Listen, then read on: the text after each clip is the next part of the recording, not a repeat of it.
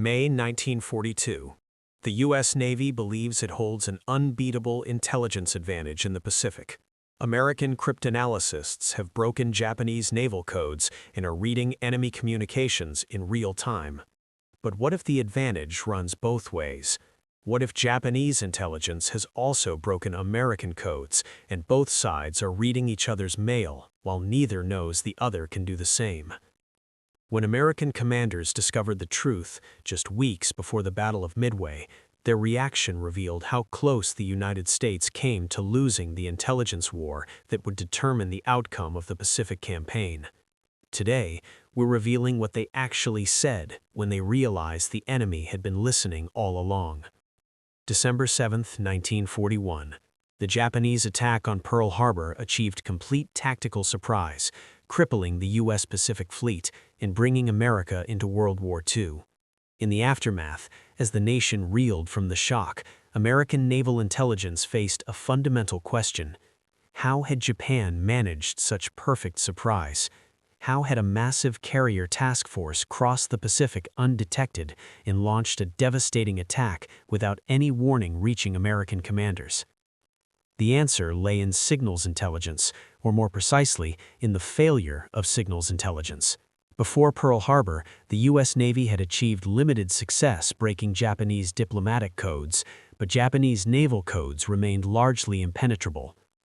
The attack demonstrated catastrophically that America was fighting blind, while Japan could see clearly.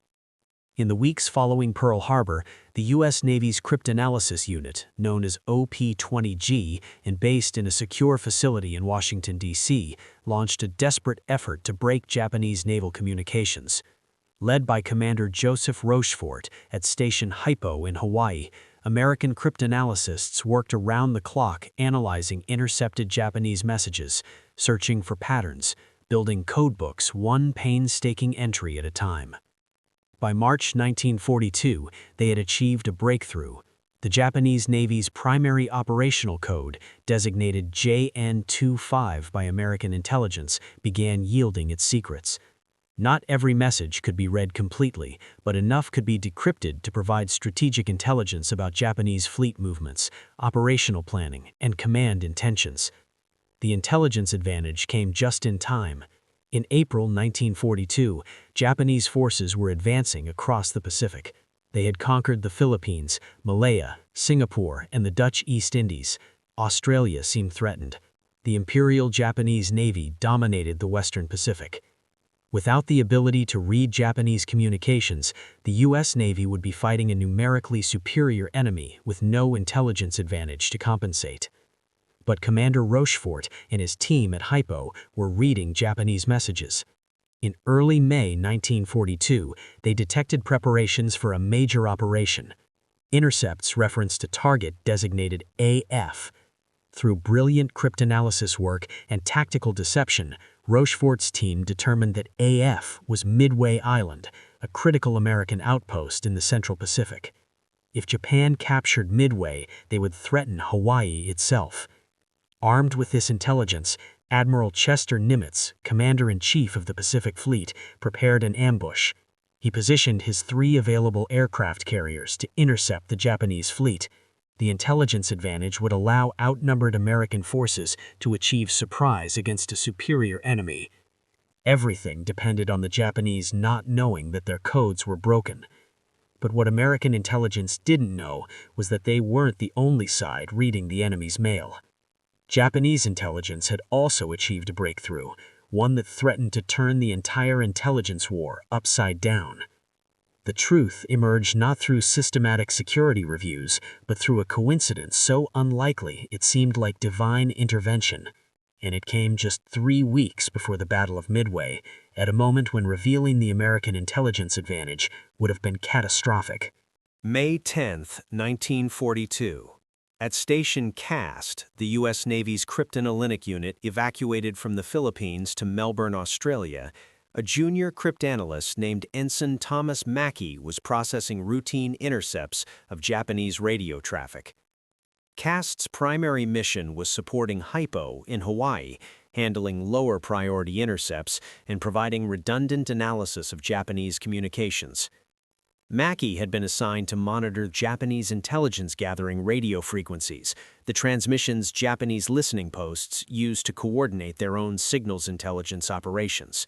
It was considered low-priority work. American commanders assumed Japanese cryptanalytic capabilities were primitive compared to U.S. efforts. The monitoring was mostly precautionary. At 14:37 hours, Mackey intercepted a Japanese transmission that made him stop cold. The message was in a low-level Japanese code that CAST had already broken, used for administrative traffic between intelligence units. It wasn't encrypted with the sophisticated JN-25 system. It was essentially clear text to anyone who could read Japanese naval administrative codes. And what Mackey read sent shockwaves through the intelligence community. The transmission was from a Japanese listening post in the Marshall Islands to their headquarters in Tokyo. It reported successful decryption of a U.S. Navy message. The decrypt was partial, the intercept said, but enough to confirm that American patrol aircraft from Midway had sighted a Japanese submarine on a specific date and location. The information matched an actual U.S. Navy transmission from 3 days earlier. Mackey immediately showed the intercept to his superior, Lieutenant Commander Rudolph Fabian. Fabian read it twice, then reached for the telephone to call the office of Commander Eric Nave, the senior cryptanalyst at CAST. Within an hour, the intercept was being analyzed by every available intelligence officer at the Melbourne facility. The implications were staggering. If Japan could read American naval communications, even partially, the entire intelligence balance in the Pacific was compromised. Every operational order transmitted by radio might be readable by the enemy. Fleet movements could be anticipated. The Midway ambush might be walking into a Japanese counterambush. The intelligence advantage that American commanders were counting on might be an illusion. Commander Nave drafted an urgent dispatch to Pearl Harbor and Washington. The message, classified Top Secret Ultra, warned that Japanese intelligence appeared to have achieved success breaking U.S. Navy codes. The extent of the compromise was unknown, but had to be assumed significant. The message went out via secure channels on the evening of May 10th. But what American intelligence didn't realize yet was that the intercept Mackey had found was just the first thread. Pulling on it would unravel a web of intelligence failures that had been accumulating for months. May 11, 1942.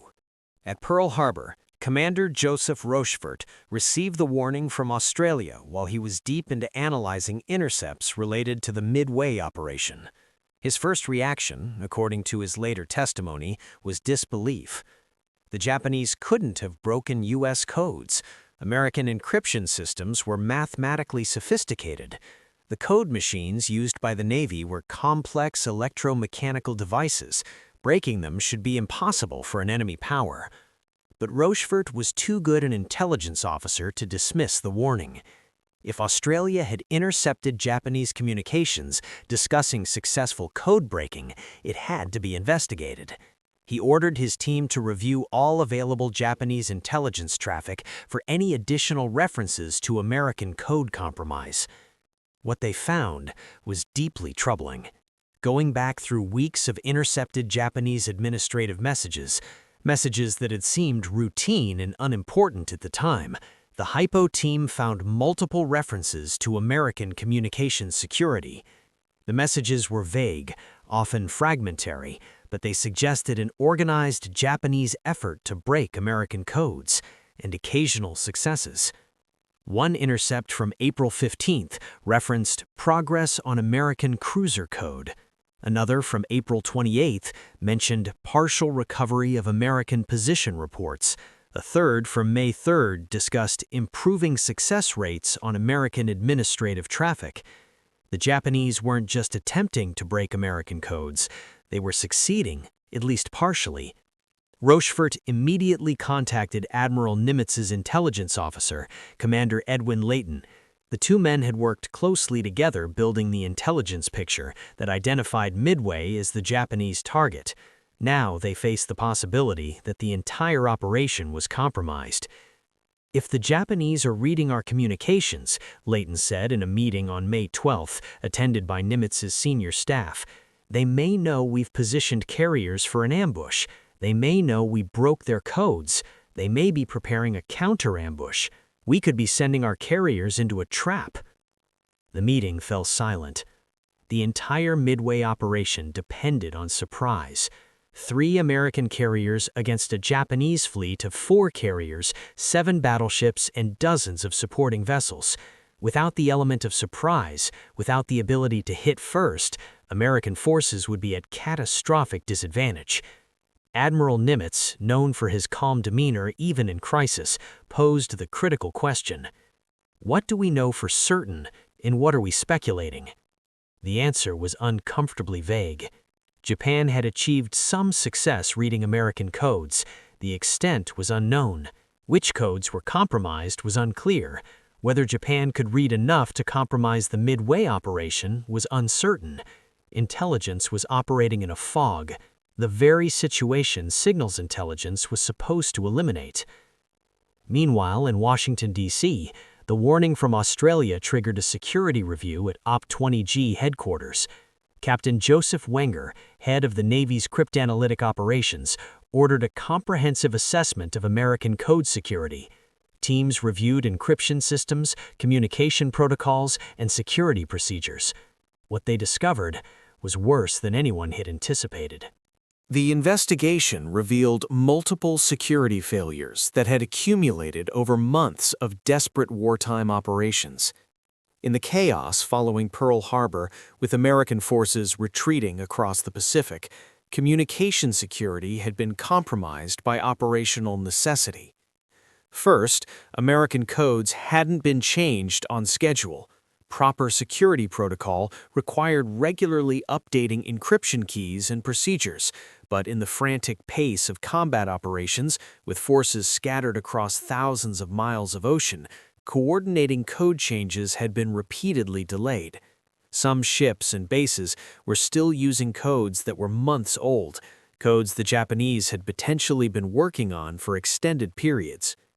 Second, volume of radio traffic had increased exponentially.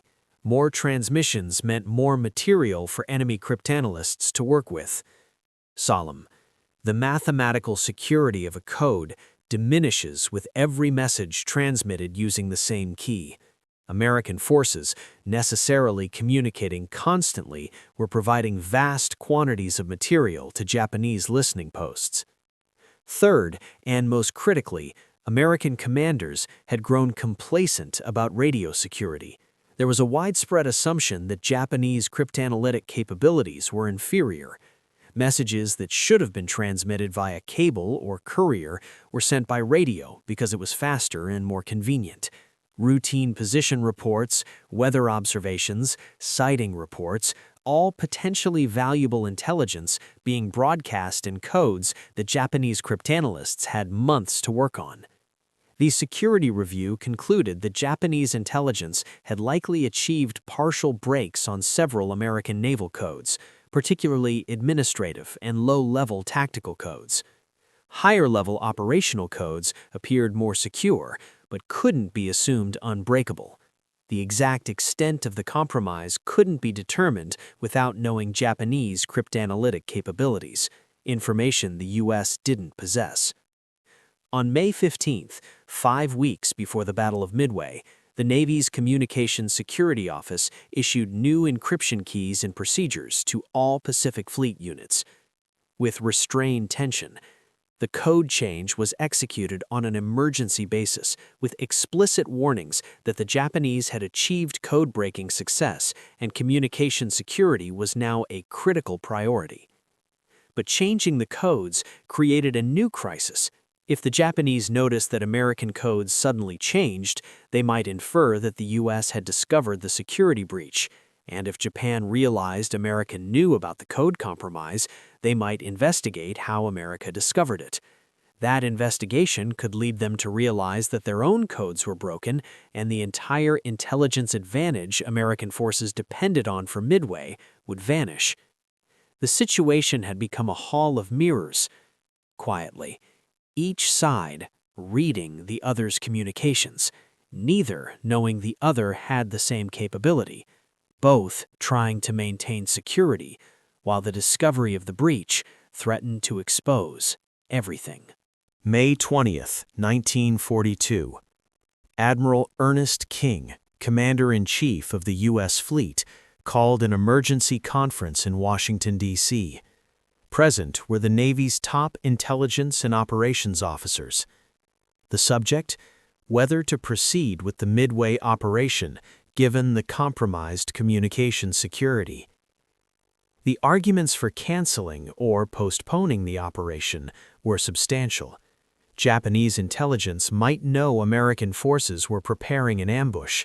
The element of surprise might be lost. American carriers could be sailing into a trap. The risk of losing America's 3 remaining Pacific carriers was catastrophic. Without them, the U.S. would be unable to conduct offensive operations in the Pacific for a year or more. But the arguments for proceeding were equally compelling. Intelligence from decrypted Japanese communications remained excellent.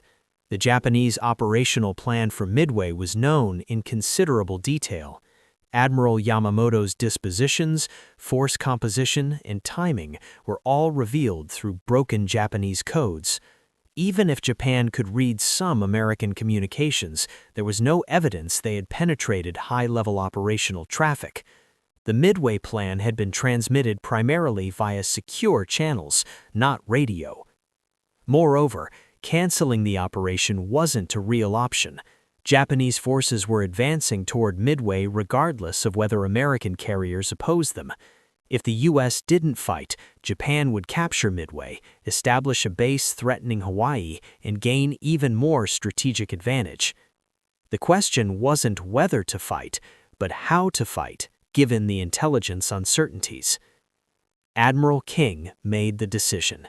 The Midway operation would proceed, but with modifications designed to protect both the operation and the intelligence sources. All radio communications would be minimized. Operational orders would be transmitted via cable or courier whenever possible. When radio communication was absolutely necessary, messages would use the newly implemented codes and would be kept as vague and routine-sounding as possible. The carriers would maintain radio silence except in emergency.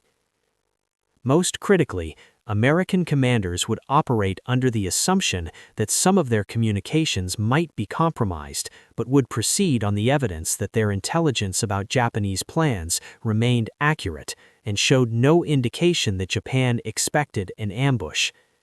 It was a calculated gamble, both sides reading each other's mail, both sides unaware that the other had the same capability, both sides preparing for a battle that would determine control of the Pacific, and American commanders knowing that their intelligence advantage might be compromised by an intelligence vulnerability they had discovered just weeks before the battle.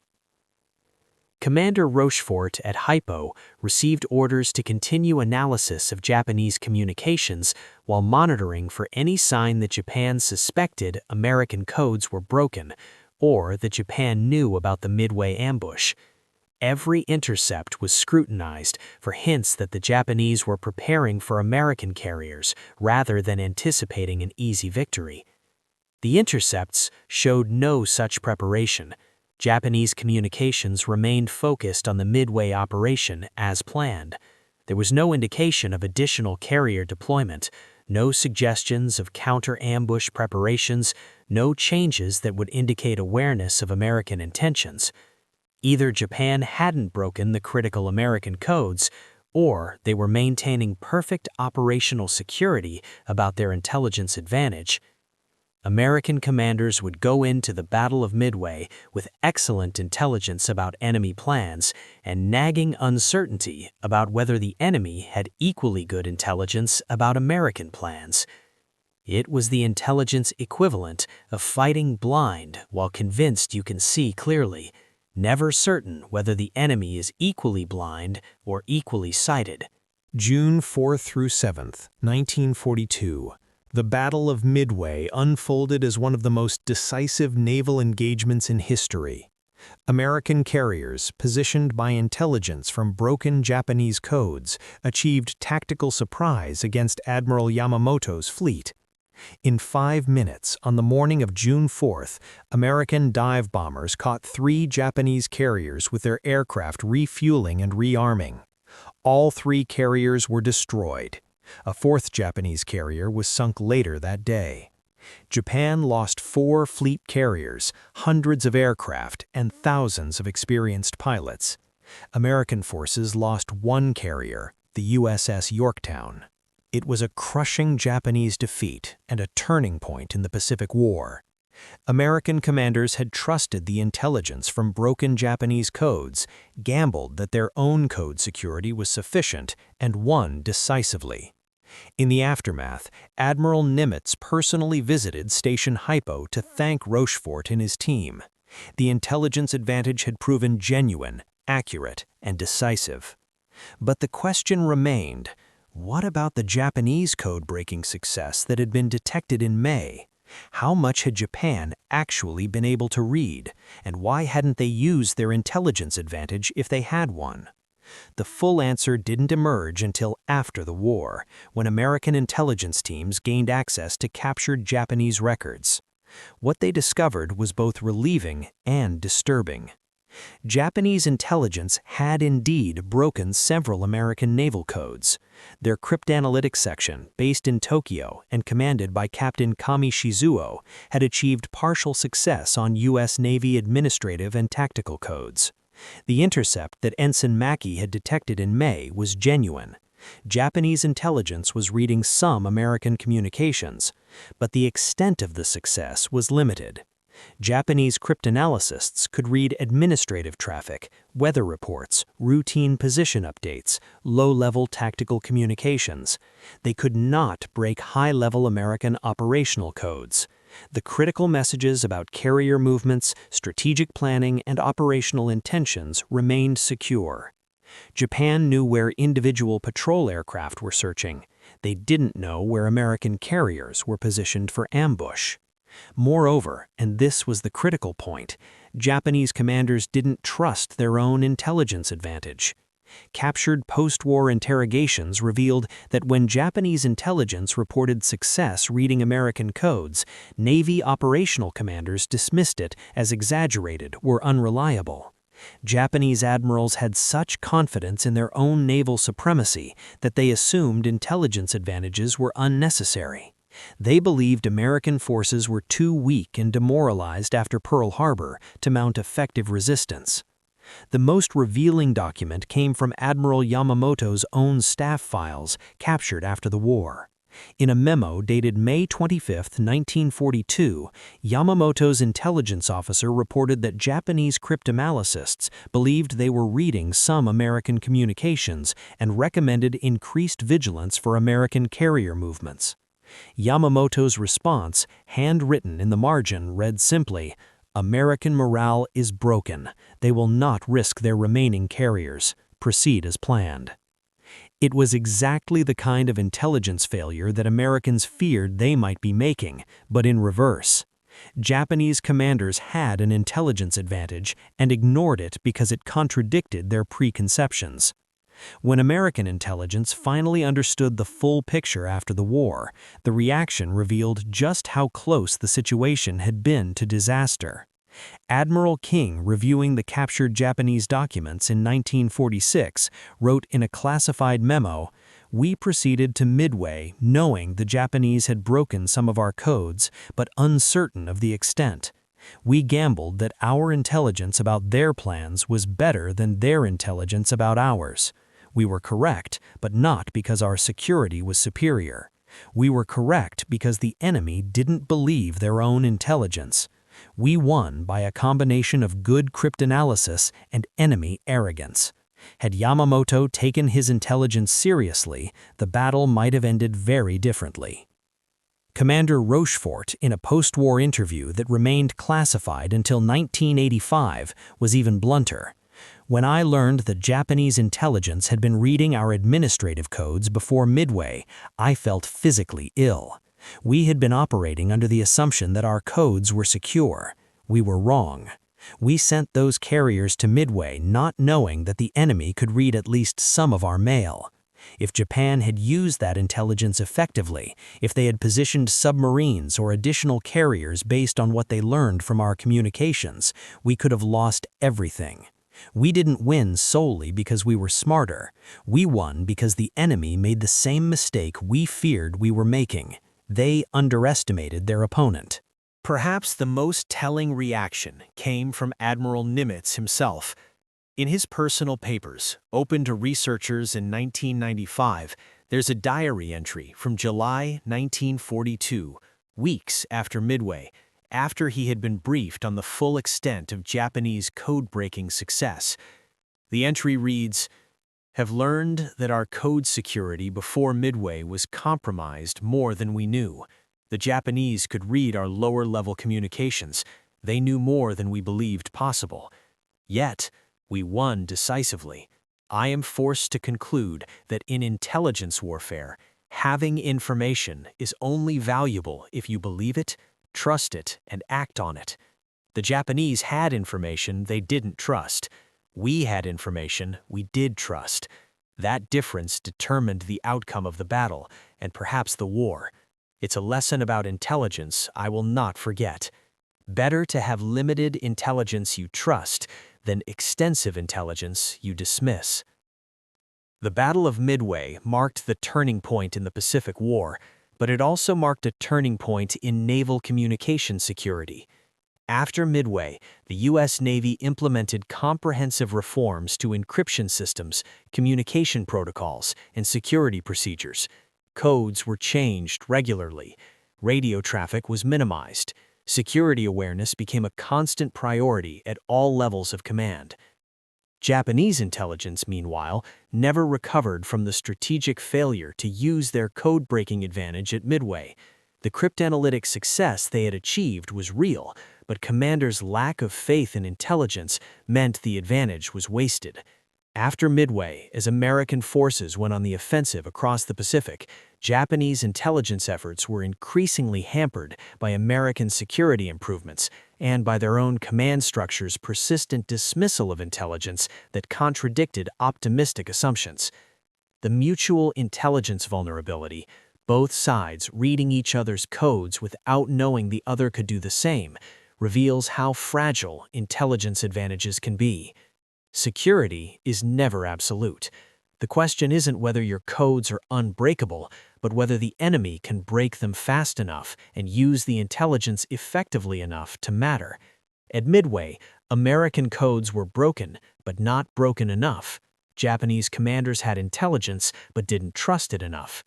The outcome hinged not on who had the better cryptanalysts, but on who trusted their intelligence and acted on it decisively.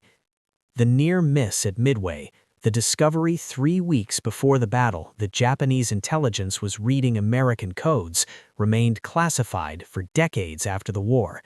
When the story finally emerged, it fundamentally changed historical understanding of the battle.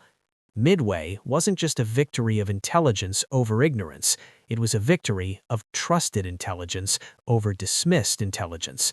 It was a victory achieved despite American codes being partially compromised, because American commanders believed their intelligence sources, while Japanese commanders doubted theirs. The lesson extends far beyond World War II naval battles. In intelligence warfare, perfect security is impossible. Every encryption system can eventually be broken. Every code can be compromised. The advantage goes not to the side with unbreakable codes, but to the side that recognizes their vulnerabilities, adapts continuously, and trusts their intelligence enough to act on it decisively, even when uncertainty remains.